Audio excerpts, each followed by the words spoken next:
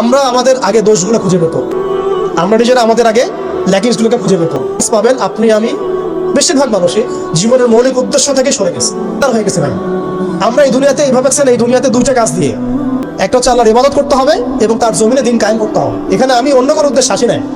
আল্লাহ পাক বলেছেন ওয়া মা খালাকতুল জিন্না ওয়াল ইনসা ইল্লা লিয়াবুদুন, আর ইন তানসুরুল্লাহ ইয়ানসুরকুম ওয়া ইউসাব্বিত আকদামাকুম ওয়া লা তামুতুন্না ইল্লা ওয়া আনতুম মুসলিমুন। কতগুলো আয়াত আছে। গায়রু মা বিকাওমিন হাত্তা ইউগায়রু মা বিআনফুসিহিম, আয়াতের পর আয়াত বলা যাবে। আমাদেরকে এই দুনিয়া আমাদেরকে আল্লাহর ইবাদত করতে হবে এবং আল্লাহর জমিনে তার দিন কায়েম করতে হবে। এটা আমাদের কাজ, বাকি সবকিছু গৌণ, এগুলো মুখ্য কাজ, মেইন।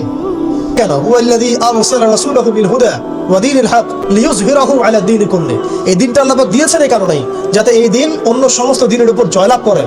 তো জয়লাভ কখন করবে? যখন আমরা আবরাহার যুগ যে আবাবিল পাখি এসে পাথর ছুঁড়বে, বলেন এখন পাথর আপনাকে আমাকে ছুঁড়তে হবে।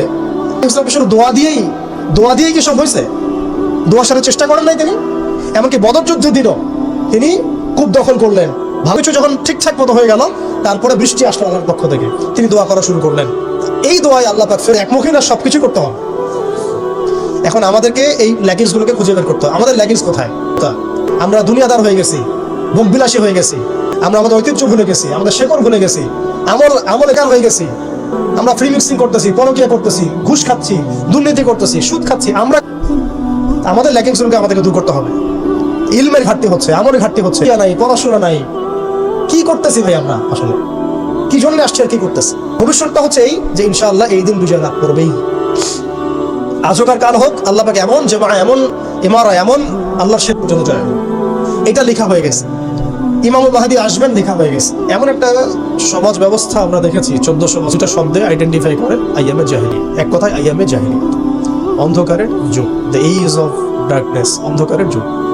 আল্লাহ রাব্বুল আলামিন মাত্র 23 বছরের ব্যবধানে একটা কিতাব নাজিল করে, একজন নবীকে প্রেরণ করে, একজন নবীর সুন্নাহ দিয়ে গ্রামের জামা, মানে ঐক্যবদ্ধ একটা প্ল্যাটফর্ম, এটাকে দিয়ে আল্লাহ রাব্বুল আলামিন মাত্র উইদিন 23 ইয়ার্স, মানে মাত্র 23 বছরের ব্যবধানে আল্লাহ রাব্বুল আলামিন এই সমাজের চিত্র, এটা আমরা দেখেছি মাত্র 23 বছরের ব্যবধানে। তো সিরাতটা যদি আপনাদের পড়া থাকে তাহলে আপনারা বুঝতে পারবেন যে কিভাবে এই গাছটা পড়া নাই তাদের বুঝতে একটু অসুবিধা হতে পারে।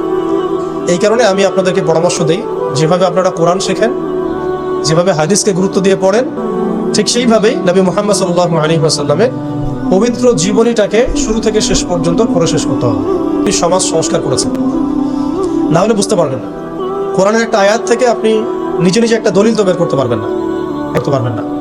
সিরাতটা যদি মাথায় থাকে, পুরো সিরাত মোবারক পবিত্র সিরাত, তাহলে আপনি বুঝতে পারবেন কোন সিচুয়েশনে নবী সাল্লাল্লাহু আলাইহি ওয়াসাল্লাম প্রেরিত হয়েছিলেন, কিভাবে শুরু করেছেন, কিভাবে সামনে এগিয়েছেন, কোন প্রেক্ষাপটে কিভাবে তিনি রিয়াক্ট করেছেন। গুটি কয়েক মানুষ থেকে পুরো জাজিরাতুল আরবের মধ্যে ছড়িয়ে পড়েছে, প্রতিষ্ঠিত হয়েছে। এক কথায় দিন কায়েম হয়েছে কিভাবে, এটা বুঝতে হলে সিরাত লাগবে। তাহলে প্রথমে নবী সাল্লাল্লাহু আলাইহি ওয়াসাল্লাম ওহী প্রাপ্ত হয়েছে, সেই ওহীটা হচ্ছে কোরআন এবং হাদিস এবং সুন্নাহ, এবং সেই ওহী দিয়ে তিনি দাওয়াতের কাজ শুরু করেছেন। তিনি মানুষের দরজায় দরজায় যাওয়া শুরু করেছেন, পরিশ্রম করে তিনি দাওয়াতের মেহনত অব্যাহত রেখেছেন। এবং দাওয়াতটা ছিল পরিপূর্ণ ইসলামের দাওয়াত, আংশিক দাওয়াত নয়। দাওয়াতের মধ্যে কিছু পার্থক্য দেখা যায় অনেক সময়।